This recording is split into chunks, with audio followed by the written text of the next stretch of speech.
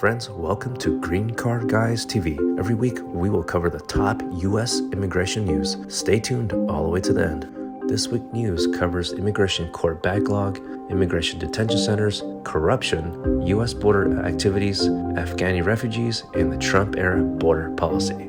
The first news to share with you is the immigration court backlog. According to Syracuse University's Transactional Records Access Clearinghouse, the U.S. immigration backlog reached almost 1.6 million cases last year, with cases spiking between October and December. The backlog is almost equivalent to the size of Philadelphia's population. Judges are unable to keep up with the influx of immigration cases, resulting in the largest increase on record last quarter. From October to December 2021, so only 3 months, the immigration backlog increased by almost 140,000 cases. Contributing factors to the backlog include the pandemic, causing closures, and the arrival of thousands of migrants at the U.S.-Mexico border. Do you remember reading or hearing about President Biden wanting to offer compensation to families that were separated under the Trump administration? Well, the Department of Justice argues separated families are not entitled to compensation. The Justice Department is arguing in court that immigrant families who were separated under the Trump administration do not deserve compensation for the actions of U.S. officials. In the court filing in Pennsylvania, the DOJ argued these families are not entitled to compensation and asked the judge to dismiss their lawsuit. A similar motion to dismiss was filed in California, and it is expected that the DOJ will follow a similar strategy.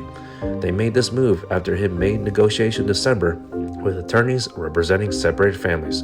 The DOJ explained in briefs that it does not condone the Trump-era policy of separating families at the border, yet it argues that the case about whether migrants can challenge immigration enforcement. Now, if they did agree to provide compensation, it could set a precedent for future administrations. Since the start of 2022, the number of coronavirus infections among immigrants detained at ICE detention centers has risen by 520%. Last week, 1,766 immigrants were being monitored or isolated at detention facilities due to a confirmed coronavirus infection. Since the beginning of the pandemic, more than 32,000 immigrants have tested positive for coronavirus while in ICE custody. The major increase in infections across these facilities raises concerns about ICE's vaccination campaign, the significant vaccine refusal rate, frequent facility transfers, and the agency's decision to continue keeping thousands of immigrants with underlying medical conditions in detention. Please stay tuned. Mexico's immigration agency reported that 105 of its own agents have been linked to allegedly corrupt behavior. Their National Immigration Institute did not explain the corruption in detail. Surprise, surprise, but it said it was combating extortion. Surprise again, as always, meaning border agents demanded bribes to allow people to enter the country. On January 6, 2022, when a group of Venezuelan migrants arrived at the Mexico City airport, migrants lined up at the immigration checkpoints with $100 bills tucked into their passports. The Venezuelan migrants were sent back to the country because they did not have the proper papers to enter Mexico and claimed the money in their passports were placed there mistakenly. Surprise. If you are new to our channel, welcome and please subscribe to stay in the loop. We offer free 15-minute consultations if your case is qualified so we can point you in the right direction. Stay tuned for the secret code later in the show. The Biden administration announced it will allow private citizens to sponsor Afghan refugees. Under the Sponsor Circle program, people can pull together funds to help an Afghan family. The United States withdrawal from Afghanistan in fall of 2021 left many vulnerable Afghans behind.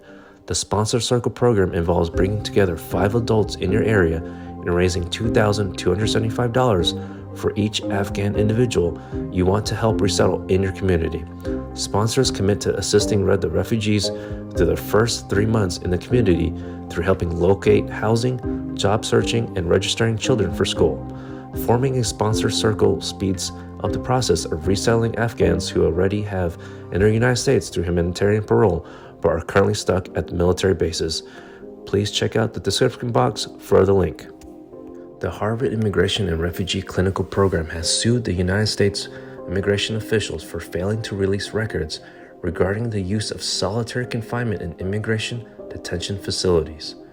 In the lawsuit filed in the Boston Federal Court, the clinic submitted records of requests to the U.S. Department of Homeland Security and the U.S. Immigration and Customs Enforcement, but the agencies have not fully complied in over 4 years. Surprise, surprise.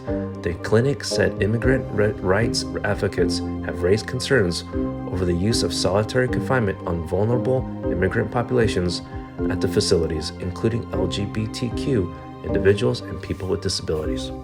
Over the weekend, a group of 622 migrants headed from Honduras with the hope to reach the United States, but were apprehended in Guatemala. The group was mostly men from Honduras and Nicaragua. Children made up about 25% of the group. When the caravan entered Guatemala, authorities used riot shields to keep the group from advancing forward. Guatemala sent the migrants back to their home countries. The United States has been working with Central American governments to curb immigration because illegal border crossings have spiked over the past few months.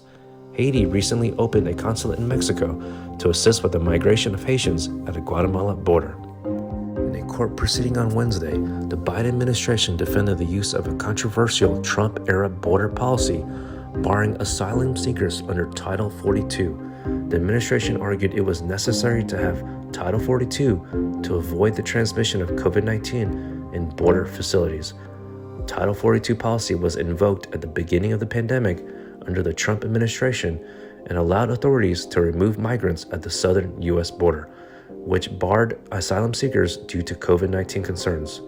Wednesday's court proceedings stemmed from the ACLU and advocates who are challenging the policy. Friends, show us some love and smash the like button. It doesn't cost you anything.